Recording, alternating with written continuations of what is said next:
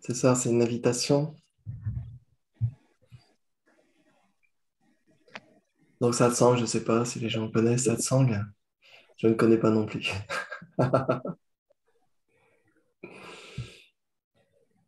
Hmm.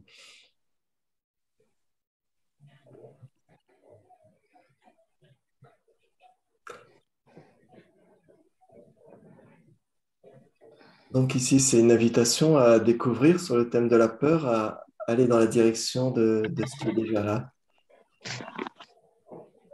Laetitia, de ce qui est déjà là ici. Hmm. C'est l'invitation vers soi-même, en fait. Donc la peur est une invitation, la dualité est une invitation,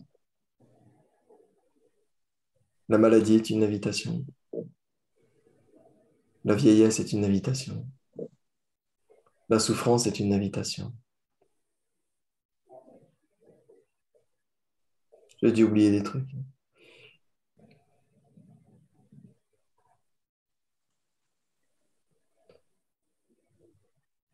Donc ici, si vous avez des questions, n'hésitez pas. Je ne veux pas partir dans un débat philosophique, puisque les mots n'ont aucun sens ici. On cherche à voir où ça dirige, comment ça vibre à l'intérieur de vous, comment ça résiste, ou comment ça s'effondre.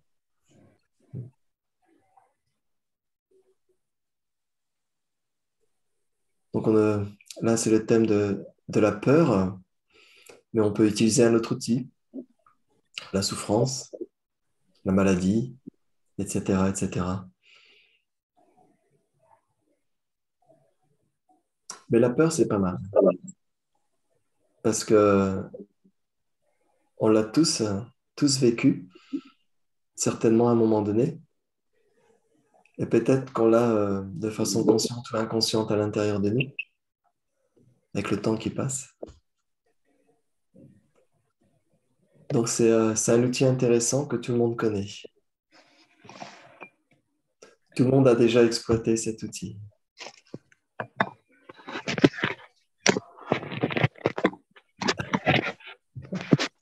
J'ai peut-être... Et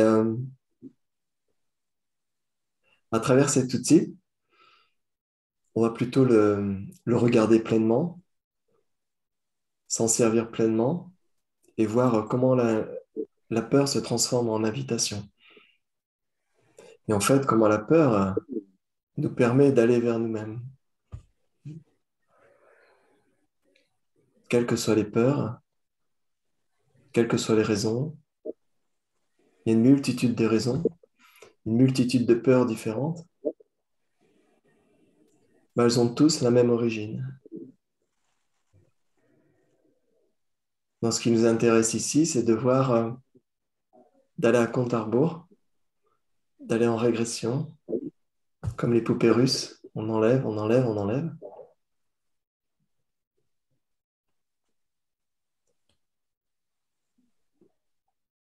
Donc, il n'y a pas d'exercice à proprement parler, il n'y a pas de technique.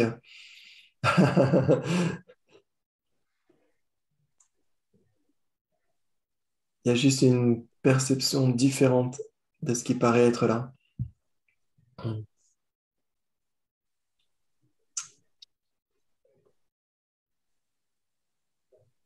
Donc, si la perception est juste, la peur ne peut pas être présente. Si la perception est fausse, la peur arrive, quelles que soient les peurs. Donc, on ne va pas parler de la peur, j'allais dire, cérébrale, de la peur qui nous empêche d'être en danger, par exemple. La peur est spontanée.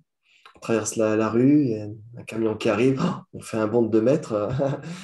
La peur a déclenché. Pardon. La peur a déclenché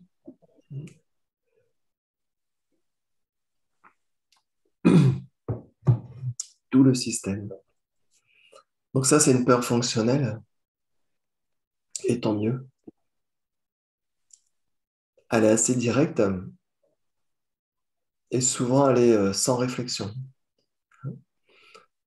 Des fois, elle peut être directe, sans réflexion, mais elle n'est pas forcément appropriée. Par exemple, son enfant qui commence à traverser la rue, on peut avoir peur et après, cette peur nous, on gronde l'enfant par amour. Mais il a peur. Et des fois, on va rechercher aussi la peur. On va aller dans un grand 8, on va chercher la peur. Mais au moment de la descente, la peur est spontanée. Avant la descente, la peur est psychologique. Il a déjà pris grand 8. Ça monte. Là, c'est une peur psychologique parce qu'on va tout doucement, il n'y a rien vraiment de spécial.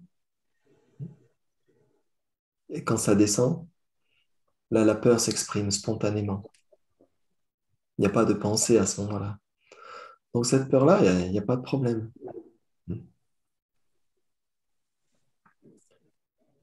Ce qui cause un problème, c'est la peur psychologique.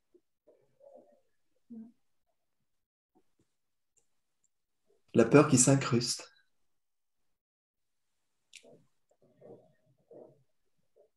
Donc, il faut voir l'origine.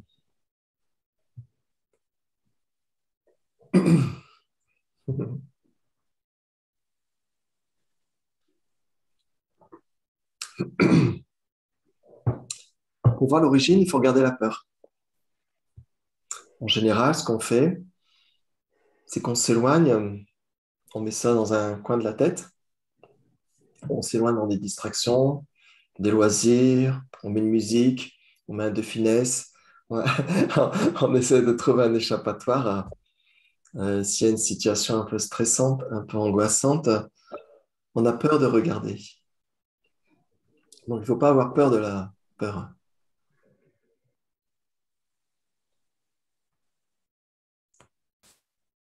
Donc, on peut définir la peur en regardant dans le Larousse.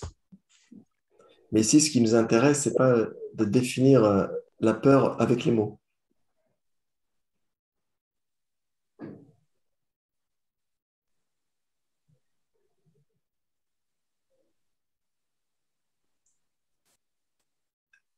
Pour ça, le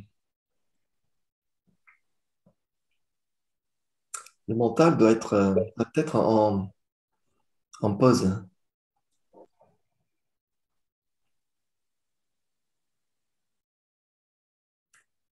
Si le mental est agité, s'il est pris avec la peur, on ne peut voir que la peur que de façon psychologique. On peut voir que la peur qu'avec les pensées. Et déjà, la première pensée, c'est la peur.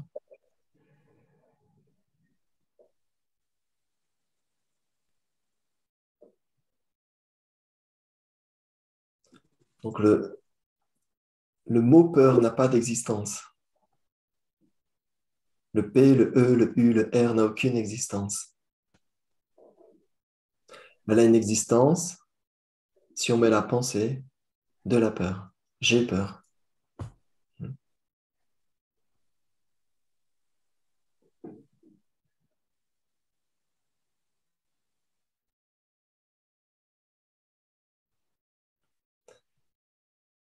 Donc ici, on ne va pas chercher à résoudre tous les problèmes parce qu'il y aura toujours d'autres problèmes.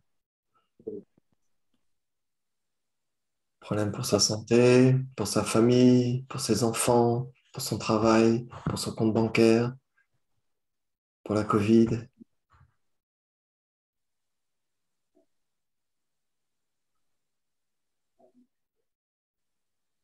pour le futur. La peur, c'est toujours une action vers le futur, c'est toujours une pensée qui part vers le futur. Il y a toujours quelque chose qui part vers le futur.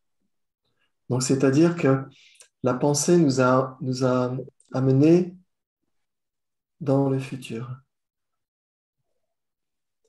Parce que la peur est attachée à une raison, donc tout ce que j'ai cité juste avant. Donc ça, c'est voir son mécanisme. Déjà, voir les raisons. Pourquoi la pensée arrive de la peur.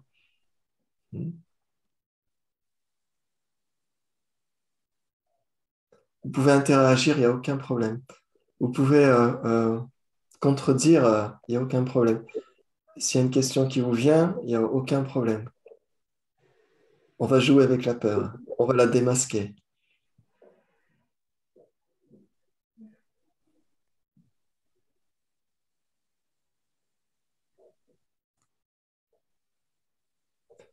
Donc, on va pas chercher à enlever les raisons. Il y a trop de raisons d'avoir peur. Il y a trop de raisons d'avoir peur.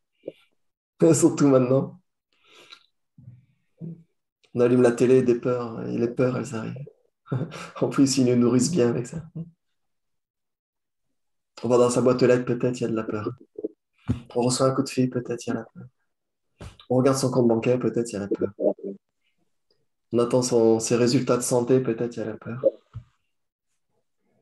Son test machin, peut-être il y a la peur. Peut-être il y a la peur. Positif, négatif. Après, on tousse. Il y a la peur. Hein? Vous êtes dehors, quelqu'un est tousse à côté. Peut-être il y a la peur.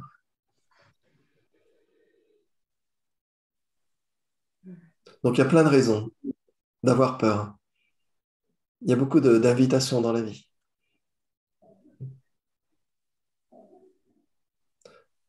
Il y a un proverbe bouddhiste qui dit, je vais essayer de m'en souvenir, mais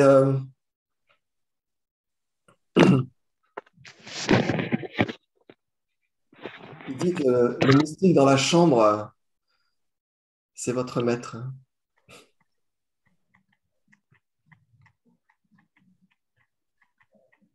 Donc ne l'écrasez pas.